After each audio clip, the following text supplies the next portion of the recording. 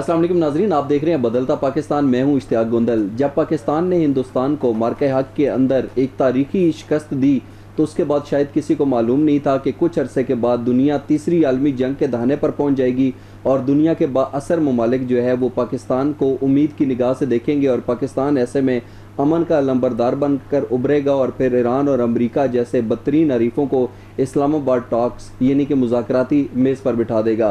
तो यकीनी तौर के ऊपर इस्लामाबाद टॉक्स एक बदलते हुए पाकिस्तान की ज़मानत हैं। और इसके साथ साथ अगर हम मौजूदा लिहाज से जंगों की बात करें तो कहा जाता है कि उसके अंदर बहुत सारी तब्दीलियाँ आ रही हैं और हम बार बार मल्टी डोमेन ऑपरेशंस का जिक्र भी सुनते हैं। तो ये मल्टी डोमेन ऑपरेशंस से क्या मुराद है, इस पर बात करेंगे। और इसके साथ साथ जो है ऑपरेशन गज़ब लेलाक, जब से इसका आगाज़ किया गया तो उसके बाद हम देखते हैं कि पाकिस्तान के अंदर दहशत गर्दी के वाक़यात में एक वाज़ेह कमी आई है। तो ये ऑपरेशन गज़ब लेलाक जो है ये कब तक जारी रहेगा और अब तक इसके नतीजे में पाकिस्तान को कौन से अहदाफ हासिल हुए हैं, इस पर तफसील से बात करेंगे। और इसके लिए हमारे साथ मौजूद हैं ब्रिगेडियर गजरफर अली, रिटायर्ड दिफाई तज्जियाकार। सर सबसे पहले बहुत बहुत शुक्रिया आपका। जी थैंक यू।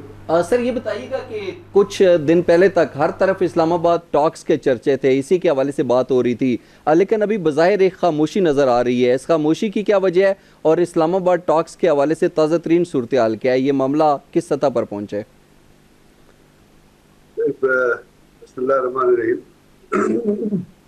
फिलहाल तो इस्लामाबाद टॉक्स की जो मेजर प्लेयर है वो तो चाइना गया हुआ था। अमेरिकन इसके साथ बातचीत हो रही थी, ईरान की और अमेरिका की इस्लामाबाद में बातचीत हुई थी। और आपको पता है एक राउंड हुआ था जिसमें जेडी वैंस आया था और वहाँ पे जेडी वैंस ने बाकी यहाँ पे और बाकी जाके जो बयान दिया था उसने पाकिस्तान का शुक्रिया अदा करते हुए यही कहा था कि जी ईरान के साथ जो है हमारी बातचीत हुई है लेकिन हम किसी मायदे पे नहीं पहुंचे। फिर उसके बाद एक और राउंड होना था टॉक्स का जो नहीं हो सका। ईरान का वफ्द इधर आया भी लेकिन उन्होंने ये कहा कि जब टॉक्स के लिए जा रहे हैं हमें बायलैटरल विजिट के लिए आए हैं। और उस विजिट के दौरान वो पाकिस्तान में भी रहे, फिर वो ओमान भी गए और उसके बाद वो रशिया भी गए। और रशियन ने भी उनके जो वर्शन था, जो उनकी स्टांस था उसकी तायीद की। अब वहां से उसके बाद ईरान 2 ड्राफ्ट जमा करा चुका है प्रपोजल्स के और दोनों ड्राफ्ट जो है वो रिजेक्ट कर दिए हैं अमेरिकन ने। अभी मार्को रूबियो को भी बयान आया था, परसों भी बयान था कि जी ईरान जो है वो न्यूक्लियर जो चीजें हैं उन न्यूक्लियर एनरिचमेंट और जो न्यूक्लियर एज सब्जेक्ट है उसके ऊपर उन्होंने कोई हमें कमिटमेंट नहीं दी है। तो इसका मतलब है कि फिलहाल तो इस्लामाबाद टॉक्स का कोई इम्कान नजर नहीं आ रहा।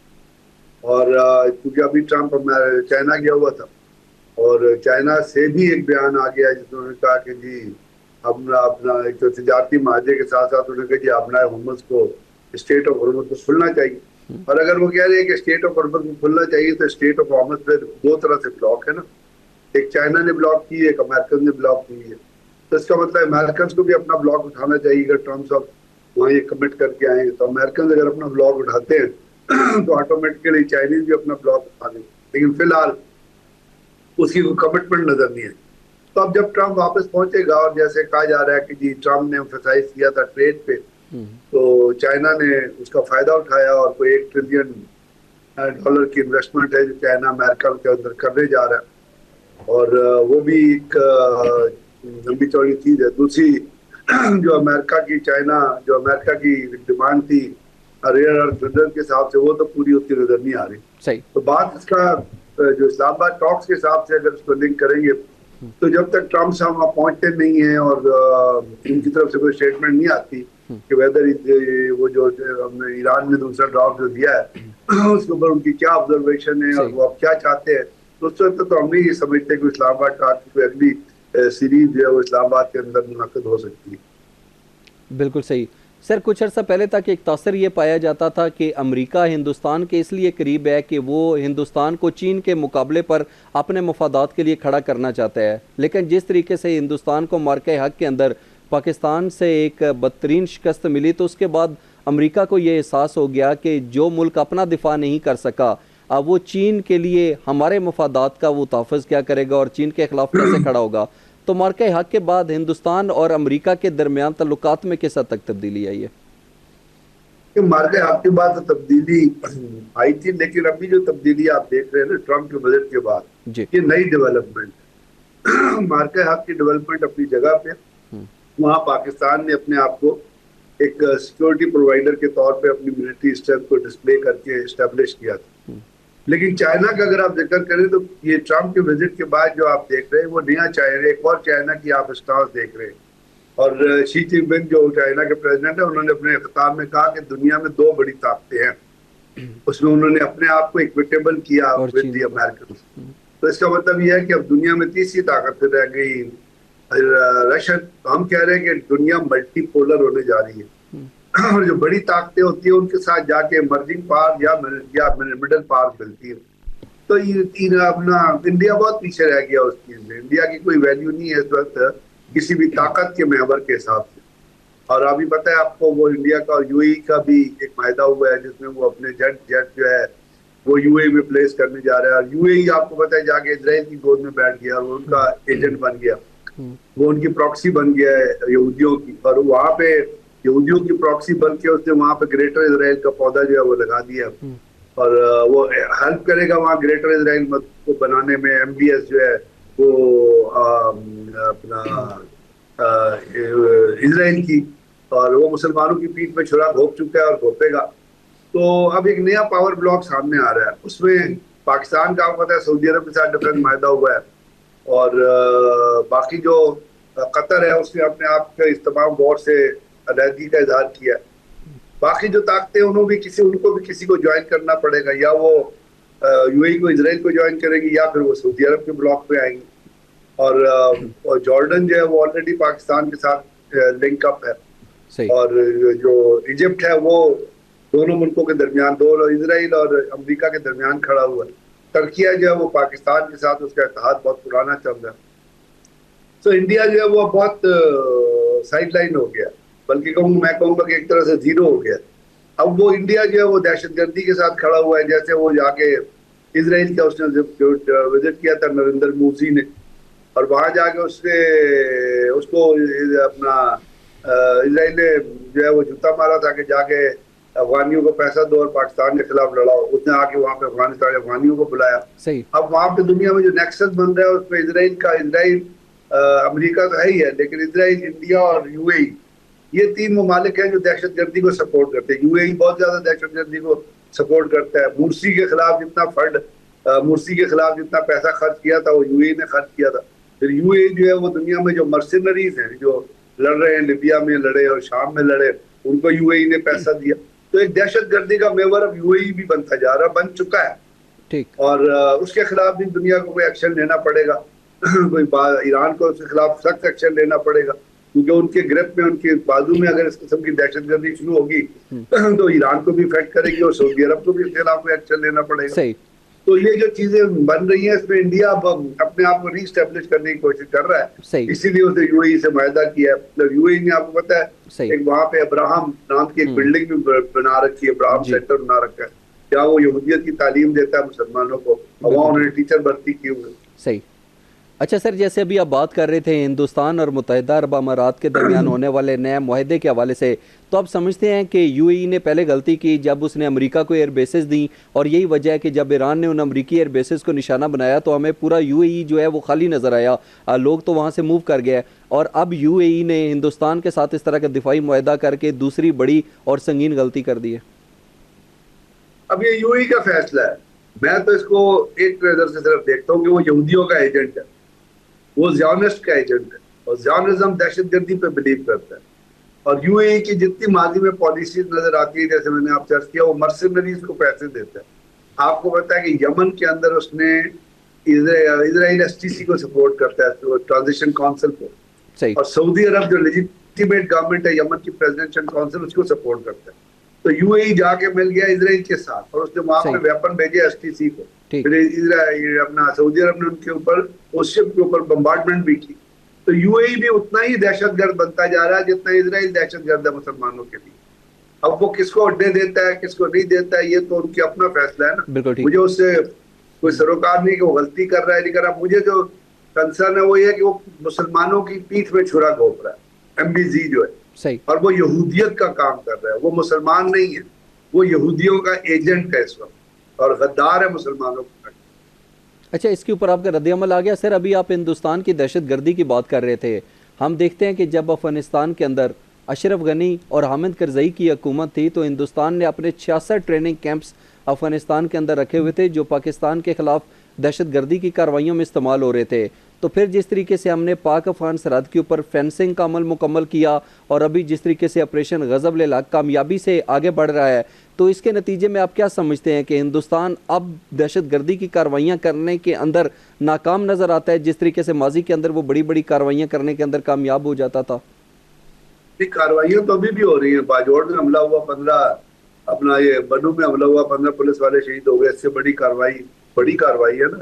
1500-1400 kg का एक्सप्लोजिव की गाड़ी आकर टकरा गई। अभी बाजौड़ में एक कैंप के ऊपर 3 दहशतगर्द, 3 वो थे खुदकश बमबार थे, वो आए। फिर उसके साथ एक गाड़ी थी, उन्होंने हमला किया, उनको सिक्योरिटी फोर्सेज एंगेज किया और उसके बाद एंगेज करके वो 6 दहशतगर्द मारे गए, 3 खुदकश बमबार मारे गए, जो रिपोर्ट्स आ रही।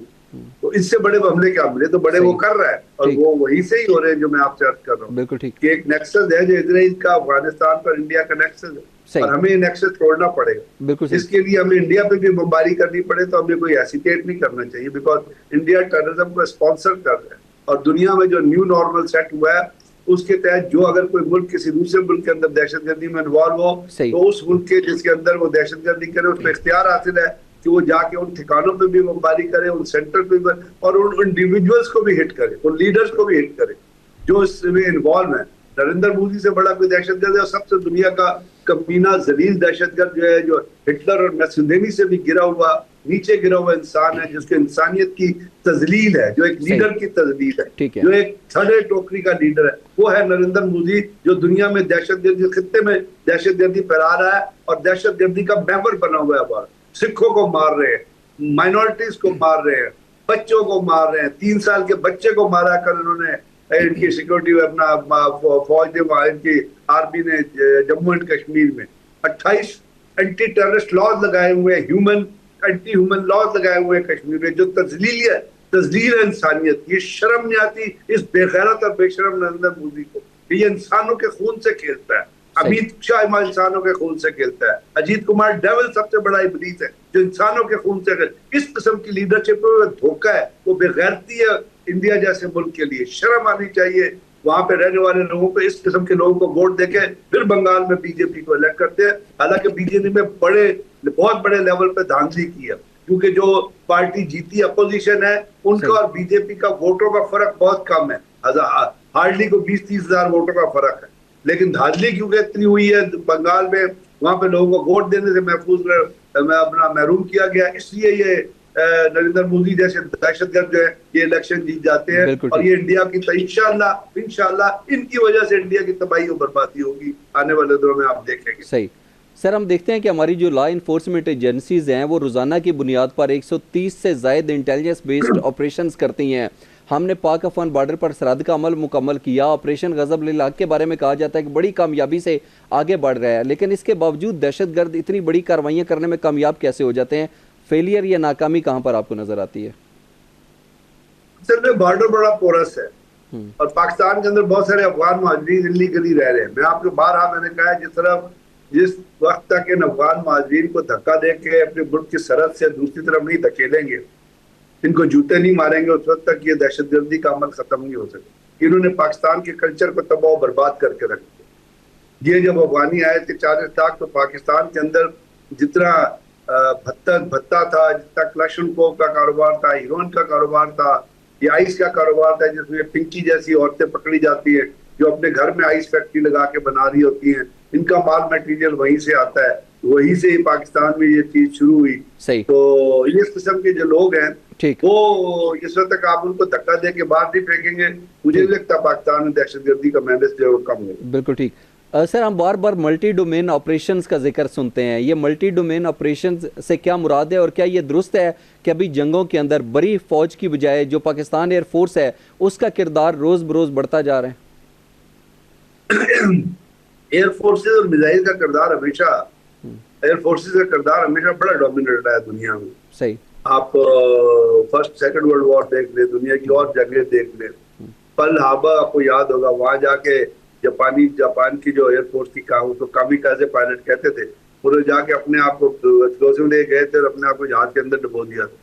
एयरफोर्स वो पर्ल हार्बर का भी जो नुकसान हुआ वो आपको पता ही है, जिस वजह से अमेरिका जंग में है।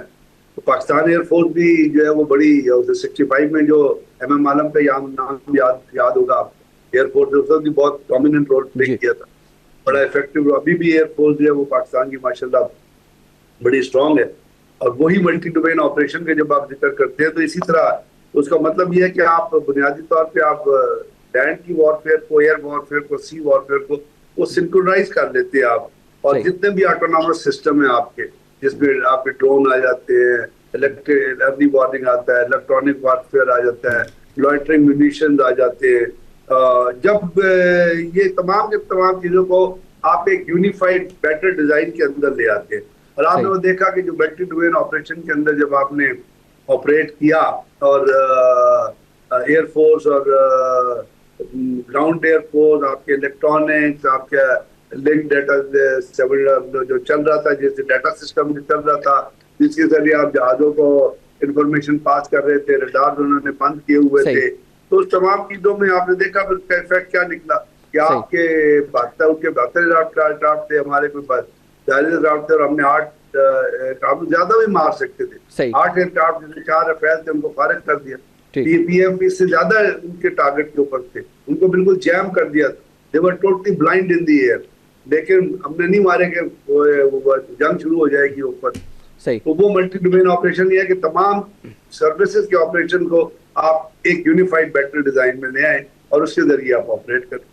सर एक आखिरी सवाल ये बताइएगा कि हम देखते हैं और बार बार सुनते हैं कि हिंदुस्तान को अददी लिहाज से पाकिस्तान के ऊपर बढ़तरी हासिल है और ये वो हकीकत है जिसे इनकार नहीं किया जा सकता, लेकिन क्या मार्के हक ने साबित कर दिया है कि मल्टी डोमेन ऑपरेशंस के हवाले से पाकिस्तान को हिंदुस्तान पर कई गुना ज़्यादा बढ़तरी हासिल है? असल में भारत को आपके ऊपर न्यूमेरिकल बढ़तरी तो हमारे ऊपर है, जहाजों में भी है, अपने सिस्टम में भी है, उसके साथ साथ उनको ग्राउंड फोर्सेस में भी है, नेवल फोर्सेस में भी है। लेकिन आप ये देखिएगा कि वो जो एयरक्राफ्ट कैरियर भारत के पास है वो उसको ओपन सी में लेके नहीं आया पाकिस्तान के खिलाफ, सही, क्योंकि पाकिस्तान की स्ट्रेटेजी ऐसी थी कि हम इंतजार कर रहे थे, एयरफोर्स भी इंतजार कर रही थी, नेवी भी इंतजार कर रही थी। तो न्यूमेरिकल स्ट्रेंथ के अलावा जो चीज काउंट होती है वो ये होती है कि आप स्ट्रेटेजी कैसे बनाते हैं। और हमारी स्ट्रेटेजी है कि हमने बड़ी फोर्स से किस तरह लड़ना। जिस तरह अभी आपको ईरान नजर आ रहा हो, ईरान और अमेरिका का कोई मुकाबला नहीं है, लेकिन आप ये देख लीजिए कि ईरान ने किस तरह अमेरिका को, या के अभी उनके सेनेटर ने कल कहा, मैंने नहीं कहा, आपने नहीं कहा, कि 39 जहाज जो है वो इंडिया के जो वो उन्हें फटका दिए ईरान ने। तो इससे आप समझ जाइएगा कि आपकी स्ट्रेटेजी है, बिल्कुल ठीक, जिस स्ट्रेटेजी से आप लड़ते हैं वो न्यूमेरिक, अगर आप कम हैं तो आप अपनी स्ट्रेटेजी से जीतने की कोशिश करते हैं। और पाकिस्तान ने हमेशा अपनी स्ट्रेटेजी को काउंटर किया है, रीशेप किया है against the Indian battle force. बिल्कुल ठीक। चलें ब्रिगेडियर साहब, बहुत बहुत शुक्रिया आपका। जी नाजरीन, यकीनी तौर के ऊपर हम देखते हैं कि जब ऑपरेशन संदूर के अंदर हिंदुस्तान को एक इबरतनाक शिकस्त मिली, तो उसके बाद अगर हम उनके वज़ीर दिफा राजनाथ सिंह की बात करें, जब उन्होंने गुजरात एयरबेस का दौरा किया था तो उन्होंने वहाँ जाकर कहा था जवानों से खिताब करते हुए कि ऑपरेशन संदूर अभी ख़त्म नहीं हुआ, ये जो कुछ हुआ ये सिर्फ एक ट्रेलर था, पूरी फिल्म अभी बाकी है। और पाकिस्तान सिर्फ ये कहता है कि अगर पूरी फिल्म अभी बाकी है, बयानात देते हो तो फिर करो ना हमाकत ऑपरेशन संदूर पार्ट 2 की। तो क्या हिंदुस्तान वाकई एक दफ़ा फिर ऑपरेशन संदूर पार्ट 2 की हमाकत कर सकता है या नहीं, इस पर बात करेंगे, मगर एक मुख्तसर सी ब्रेक के बाद हमारे साथ रहिए।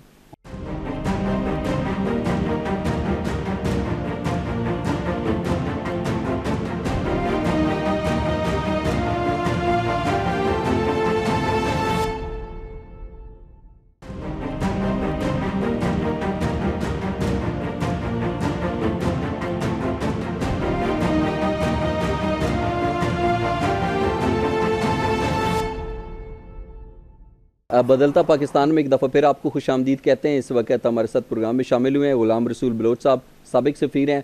सर बहुत बहुत शुक्रिया आपका। Thank you sir. सबसे पहले तो ये बताइएगा कि हमने देखा कि हिंदुस्तान को जब सफारती सतह के ऊपर भी एक बदतरीन शिकस्त हुई और मार्के हक के अंदर उसका जो दिफाई लिहाज से गुरूर तकबर था, पाकिस्तान ने उसको भी खाक में मिला दिया। अब हिंदुस्तान जो है वो बार बार धमकियां तो देता है कि ऑपरेशन सिंदूर अभी ख़त्म नहीं हुआ, ये जो कुछ हुआ सिर्फ एक ट्रेलर था। तो वैसे आपका अपना क्या ख्याल है कि हिंदुस्तान दोबारा कोई इस तरीके से जहरियत कर सकता है, या आपकी नज़र में अब ऐसे इम्कानात मौजूद नहीं हैं? थोड़ा सा मैं अगर एतराज करूं आपके सवाल पे, तो आप नाराज तो नहीं? नहीं सर, बिल्कुल नहीं, आप प्लीज। देखिए, मेरे ख्याल में एज ए मीडिया स्ट्रैटेजी हमें इस चीज को डिस्कस इसलिए नहीं करना चाहिए कि जो अभी जो थियरीज चल रही हैं कि आप नैरेटिव बांधें, लोगों को तैयार करें, हमें भी तैयार करें, अपने आप को भी, ताकि अगर खुदा न खास्ता ये हो जाता है तो आधे से ज्यादा लोग समझते हैं कि ये इट वाज इनएविटेबल। तो मेरा अपना ये ख्याल है कि हमारी कंसंट्रेशन इस पे होनी चाहिए कि इस वक्त हिंदुस्तान किस गड्ढे में है डिप्लोमेटिकली। वो इस गड्ढे में है कि अभी उसने बड़ा चौधरी बन के जो है वो ब्रिक्स के फॉरेन मिनिस्टर्स की मीटिंग कराई, वहां पे they could not even pass a joint statement. वो फिर अपने तौर पे कुछ करना पड़ा, नंबर 1। नंबर 2, आप उसकी तस्वीर देखते जयशंकर की, किस तरह हारा हुआ खिलाड़ी की तरह ढीला सा हाथ बनाया हुआ, मुंह बनाया हुआ उसने, और फिर जो अब जो जुबान, so he is a broken man. If he is a broken man, their foreign policy is a bloody broken lot, nothing else. What bloody Sindhu 2 they'll undertake? Just don't discuss this. Sindhu 2 pause है, नहीं pause है. When they'll come, we will see. We know. हमें अपनी strength का पता है, हमें दोस्तों का पता है. We don't have to promote their bloody narrative at all. Thank you. सही, हम ऑपरेशन सिंदूर के हवाले से बात नहीं करते, लेकिन हम पहलगाम के फॉल्स फ्लैग ऑपरेशन के हवाले से ज़रूर बात करेंगे।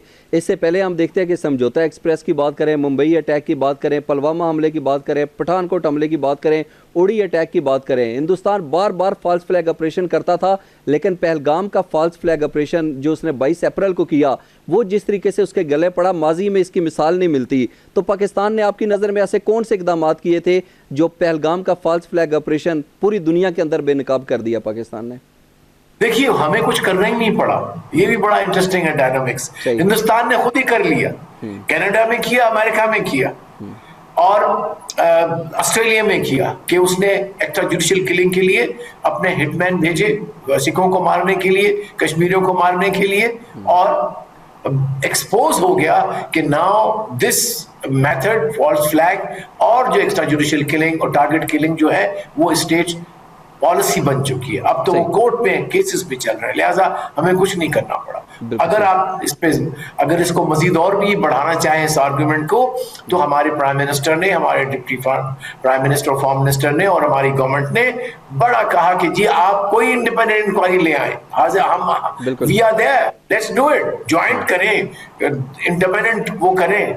जब वो तैयार नहीं होते तो उसका मतलब है there is some problem with them, not with Pakistan. तो मेरा ख्याल है ये एक, और फिर ये कि देखिए जो भी जुर्म होता है, अगर उसको आप क्रिमिनोलॉजी के हिसाब से भी एनालाइज करें कि उससे फायदा किसको हो रहा है, किसके नैरेटिव को। ऑब्वियसली पाकिस्तान को उसमें इसलिए फायदा नहीं हो रहा कि वो चाहता है कि ऐसे इक़दामात से हमेशा दूर रहे, जो कि ऐसा नैरेटिव हिंदुस्तान ने बनाया था। तो पाकिस्तान वो तो फिर बेनिफिशियरी हिंदुस्तान हुआ कि उसने उसको जवाब बना के हम पे अटैक किया, और किस वक्त किया, जब उसकी बहुत सारी इलेक्शंस आ रही थी। और मैं समझता हूँ उसी इलेक्शंस को, ना सिर्फ उस वक्त 3-4 उसमें थी, लेकिन अब भी जो इलेक्शंस में फ्रॉड से आया है, तो मेरा अपना ख्याल है कि पाकिस्तान दुश्मनी, मुसलमान दुश्मनी is part of the politics of BJP, RSS, जो इस वक्त हुकूमत, या हुकूमत तो नहीं कहना चाहिए, जो वहां एक जत्था बैठा हुआ है कब्जा करके हिंदुस्तान के ऊपर। सो मेरा ख्याल है हमें इस चीज को समझना चाहिए और समझाना भी चाहिए दुनिया को भी और उनको कि ये एक जुनूनी जत्था है जो कब्जा कर लिया है, जो मैनिपुलेट करता है इलेक्शन प्रोसेस को, जो लोगों को लोगों से लड़ाता है। हजार साल से मुसलमान, सिख, हिंदू, क्रिश्चियन इस हिंदुस्तान में under the Muslim rule, under the Maratha rule, under the Arab rule were living like coexisting, किसी को कुछ नहीं था। अगर मुसलमान चाहते तो आज पूरा हिंदुस्तान मुस्लिम मेजॉरिटी होता खान साहब, इस चीज को हमें बार बार बताना चाहिए। It was the freedom of religion, it was the tolerance. हाँ, अगर आपने इस्लाम कबूल करना है, बिस्मिल्लाह आ जाइए। अगर आप कन्विंस हैं इस इटर्नल मैसेज से, जबरदस्ती, क्योंकि इस्लाम ने कहा देयर इज नो जबरदस्ती नहीं हो सकती, कोई इसमें कोवर्जन नहीं है इस्लाम में। लिहाजा हमें ये आरएसएस का चेहरा, ये बीजेपी का चेहरा, ये हिंदू जो उनका परिवार है उसका चेहरा दिखाना चाहिए कि ये लोग वो हैं, और उसको उन्होंने अपनी स्टेट पॉलिसी बना दी है अनफॉर्चुनेटली। और उसमें जो खतरनाक है कि जो उनका नौजवान है, तब नौजवान जो नस्ल है, उसको इसको जहर आलूदा कर दिया है। इसलिए अब मुझे बहुत अफसोस भी होता है और खतरा भी है कि अगर ये जहर आलूदा जहनियत आगे बढ़ेगी, यही इनकी नौजवान, तो इस खित्ते में तो रहना है उन्होंने भी और हमने भी, तो क्या 100 साल और फिर जंगें ही लड़ते रहेंगे, तरक्की कर नहीं पाएंगे। सही, बिल्कुल ठीक जी, एग्जैक्टली। तो we have to be very very careful कि पाकिस्तान पॉजिटिव नैरेटिव अपने मुतालिक, तारीख का खास तौर पर मैं समझता हूँ एक प्रोग्राम हमें हर रोज हिंदुस्तान की जो मुसलमान रूल वाली जो तारीख थी उसको बताना चाहिए, दोहराना चाहिए, बार बार वीडियो बनाएं आप लोग, सीडी बनाएं। अच्छा सर, ये बताइएगा कि अमेरिकी सदर डोनाल्ड ट्रंप ने चीन का दौरा किया है और कहा जा रहा है कि ये दौरा बड़ी अहमियत का हामिल था, तो आपकी नज़र में ये जो दौरा है कितनी अहमियत का हामिल था और अब इसके नतीजे में क्या कुछ बदल सकते हैं? देखिए, इसके दौरे की डिस्क्रिप्शन चीन के सदर खुद ने डिस्क्राइब की कि ये बहुत ही कॉन्सिक्वेंशियल है, it is a consequential visit, और इसका मतलब है कि इसके इतने दूररस असरात हैं। और फिर उन्होंने कहा कि इसको दुनिया देख रही है, इसका मतलब है इसके असरात सिर्फ बाहमी नहीं है, दोनों के दरमियान नहीं है अमेरिका चाइना, लेकिन पूरी दुनिया इससे मुतासिर हो सकती है या होगी। और इसमें कोई शक नहीं कि ये दोनों ही जो है वो बड़ी ताकतें हैं दुनिया की इस वक्त, सनती तौर के ऊपर, फौजी एतबार से और डिप्लोमेटिक क्लाउड, और दोनों ही कंपैटिटर्स हैं फॉर द वर्ल्ड डोमिनेशन। इसमें कोई ढकी छुपी बात नहीं है। और ये भी हमें पता है कि ये दोनों ही कंपटीशन में हैं और एक दूसरे के को ज़ेर करने के भी एक लिहाज से दरपे हैं। और फिर एक और चीज जो उन्होंने कही प्रेसिडेंट शी ने, कि देखिए उन्होंने मिसाल दिया जो एक थियरी है इंटरनेशनल रिलेशंस की, थियोसाइडिस ट्रैप, के जब भी राइजिंग जो पावर होता है उसको जब कोई जो चैलेंज करता है एग्जिस्टिंग पावर को, तो ला महाला जंग होती है। तो उन्होंने फरमाया कि हम इसको अवॉइड कर सकते हैं, we can avoid this trap and can coexist in this world and cooperate rather than confront. तो ये मेरी नजर में जो कुछ बोला जा रहा है मीडिया पे, उससे ज्यादा अहम ये था कि दोनों ताकतों ने इस चीज का इआदा एटलीस्ट इस वक्त किया है, इस विजिट के बाद, कि कोशिश ये की जाए कि ये ट्रांजिशन जो हो from a unipolar to a multipolar world, वो पुरअमन हो, विदाउट बिग वॉर हो। और उसकी वजह ये है कि आने वाली जंग अगर होती है तो वो 2-3 स्फेयर्स पे नहीं होगी, 6 से पता नहीं कितने स्पेस से लेके इलेक्ट्रोमैग्नेटिक से लेके एयर, अंडर सी, ओवर सी, वो मतलब है कि जितनी डिस्ट्रक्टिव पावर इस वक्त दोनों कंट्रीज के पास और दुनिया में है, उसका फिर कोई लिमिट नहीं होगा। It can become a disaster, अल्लाह ना करे जंग। लिहाजा वो यही कहते हैं कि अगर इसी डेवलपमेंट को हमने आगे बढ़ाना है तो कोएग्जिस्ट करें और अपने इस कंपटीशन को कोऑपरेशन में तब्दील करें। सर, हम कुछ दिनों से ब्लू पासपोर्ट का बार बार जिक्र सुन रहे हैं और पाकिस्तान की वजारत दाखिला ने ब्लू पासपोर्ट के गलत इस्तेमाल और इसमें मुलव्वस अफराद के खिलाफ तहकीकात के लिए एक इंक्वायरी कमेटी जो है वो तश्कील दी है। तो ये ब्लू पासपोर्ट से क्या मुराद है और क्या ये ब्लू पासपोर्ट जो है ये गैर सरकारी अफराद जो होते हैं पाकिस्तान के अंदर वो भी इस्तेमाल करते हैं? I'm sorry, मैंने देखा था इसका आइटम, लेकिन जो मेरा तजुर्बा पुराना कहता है कि ब्लू पासपोर्ट नॉर्मली देखिए 3 किस्म के पासपोर्ट होते हैं पाकिस्तान में। एक होता है ग्रीन जो कि आम सिटीजन लेता है, ब्लू वो जो कि गवर्नमेंट के जो लोग गवर्नमेंट में होते हैं या गवर्नमेंट ड्यूटी में भी अगर टेम्पररी जा रहे हैं उसको मिलता है, और एक जो है वो डिप्लोमेटिक पासपोर्ट होता है। तो शायद जो मुझे नजर आया है वो एक आइटम था कि कुछ लोग ऐसे भी थे सियासी जो ब्लू पासपोर्ट लेके बाहर गए और उन्होंने जाके वहां सियासी पनाह मांगी है। तो ये बहुत कभी बात है, ये बहुत कभी बात जी, बहुत बुरी बात है, नहीं होना चाहिए, नहीं करना चाहिए। इसमें ऐसे लोगों को डेफिनेटली हमें डिस्करेज करना चाहिए, और इससे बड़ी बदनामी होती है, बड़ा इमेज खराब होता है। हम चूंकि बाहर रहे हैं, बड़ा मुश्किल होता था ऐसे जराइम जो होते थे उनको डिफेंड करना, तो बड़ा एहतियात करना। अब अल्लाह ने इतनी आपको इज्जत दी है मार्का हक के बाद, उसके बाद अभी जो आप मीडिएशन कर रहे हैं, तो आप बड़े आला किस्म की कौम बन के उभरे हैं, तो इसी तरह साबित भी करें दुनिया। सर कानूनी तौर पे कहते हैं कि जो अरकान पार्लियामेंट है उनकी जो फैमिली है 5 साल के लिए वो भी ब्लू पासपोर्ट को इस्तेमाल कर सकती है। तो ब्लू पासपोर्ट का इस्तेमाल गलत नहीं है, बल्कि उसका जो गलत इस्तेमाल किया जाता है बेसिकली, तो उसके ऊपर मेरा ख्याल है लोगों को इतराज़ है। डेफिनेटली यकीनी बात है कि ये मिसयूज है। देखिए जो आपकी शनाख्त होती है, अगर आप शनाख्त को ही अपना जवाज बना लें गलत एक्टिविटीज का, तो वो तो कौम के लिए जुर्म है ना, वो तो कौम को आप एम्बैरेस करते हैं, न सिर्फ आप मुजरिम बनते हैं। लेकिन तो ये बड़ी दर्द भरी कहानियां वहां पे होती थी जब हम वहां पे थे इलाकों में। इसके लिए बड़ा कैंपेन फिर दोबारा मैं अर्ज करूंगा कि कोई आप में से उठे नौजवान जो वी लॉगर बजाय फजूल किस्म के इधर उधर बनाने के, इस पे लोगों को एजुकेट करे कि हाउ इम्पोर्टेंट इट इज। और वो मैं आपको बताऊं मिलियंस में वो देखेंगे आपके, बजाय कि जो अभी इस वक्त पॉलिटिकल मैसेजेस लोग भेजते रहते हैं। मैं देखता हूँ हर गार्ड बैठा होता है, वही पुरानी कहानी पाकिस्तान की जो अंदर वाली है कि जी वो अंदर है वो बाहर है, ये कैदी नंबर 1 है, कैदी नंबर 2 है। भाई आप लोग इन चीजों को बताएं कि खुदारा अपने इज्जत रखें, अपने NIC की, अपने पासपोर्ट की, तो क्यों नहीं बनाते आप लोग? करें इस चीज को सर, आप लोग करें इसको। Thank you. इसमें ये बताइएगा जब आप सफीर थे तो उस वक्त भी ऐसा होता था कि 17, 18, 19 और 20वें ग्रेड के जो अफसर थे ब्लू पासपोर्ट को इस्तेमाल करते थे और फिर अपनी फैमिलीज के साथ बाहर ही सेटल हो जाते थे, तो आपके पास भी एम्बेसी के अंदर किस तरह केसेस आते थे?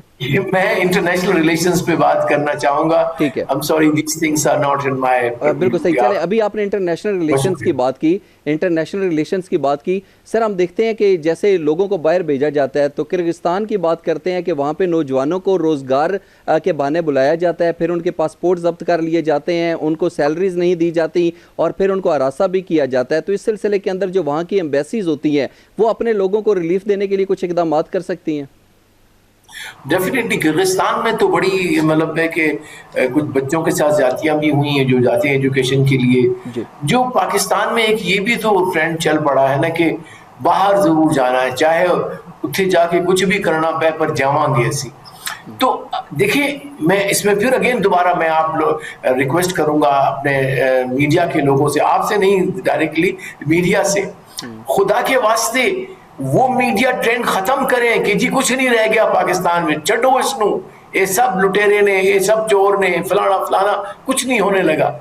तो उससे क्या होता है कि जो नौजवान है वो मायूस हो जाता है पाकिस्तान के मुस्तकबिल से। लेकिन जब आप उसको उम्मीद दिलाते हैं तो यहीं वो स्ट्रगल करता है और यहीं पे कामयाब हो सकता है और होना चाहिए। तो ये उसी की एक आफ्टर इफेक्ट्स है जो आपका बैड मीडिया चल रहा है। मैं ये अर्ज कर रहा हूं कि इस वक्त अनफॉर्चुनेटली जितना सोशल मीडिया जुल्म कर रहा है हमारे नौजवान को मिसलीड करने में, और उसमें हर कुछ है कि फौज के खिलाफ भी है, सियासतदानों के खिलाफ भी है, मीडिया के बजाते खुद खिलाफ है, सच के खिलाफ है, हकीकत के खिलाफ है। फॉर गॉड से कोई कुछ करना चाहिए, सिविल सोसाइटी को उठना चाहिए, मीडिया हाउसेस को उठना चाहिए कि अपना एक चैनल बनाएं जिसमें हकीकत बताएं लोगों को, नौजवानों को प्रॉपर पॉजिटिव जो है वो कहानी बताएं मुल्क की, इस उम्मत की, रसूलुल्लाह सल्लल्लाहु अलैहि वसल्लम की, खुलफाए राशिदीन की। इतनी एक हमारी तो एक गोल्डन हिस्ट्री है मुसलमानों की, वो बताएं इन लोगों को, लेकिन वो फिर अनफॉर्चुनेटली अभी तक उस तरफ ध्यान नहीं सर, दिया जा जैसे रहा। अभी आप बात कर रहे हैं ना सर, ये वो सारी चीजें हैं जो कि आगाही फराहम करनी है, और यकीनी तौर के ऊपर मीडिया का ही काम है कि लोगों को अवेयरनेस दे, आगाही फराहम करे। तो सर, ये जो एम्बेसीज होती हैं, अगर कोई पाकिस्तानी बाहर चला गया और उसको मुख्तलिफ किस्म की मुश्किलात का सामने है, तो वो एम्बेसी से रजू कर सकते हैं, एम्बेसीज उसको कोई रिलीफ देती हैं? करना चाहते करते हैं खान साहब, दूर से बहुत, मतलब मैं आपको क्या कहानियां बताऊं। जब ये इराक में, कुवैत में मसला हुआ, जो इराक में मसला हुआ, हमने वहां उनकी मदद जो भी कर सकते थे कि घर लेके दिए उनको, वहां पे उनको खाने खिलाए, उनकी जो खिदमत सी वो करते थे, वो करते थे हम।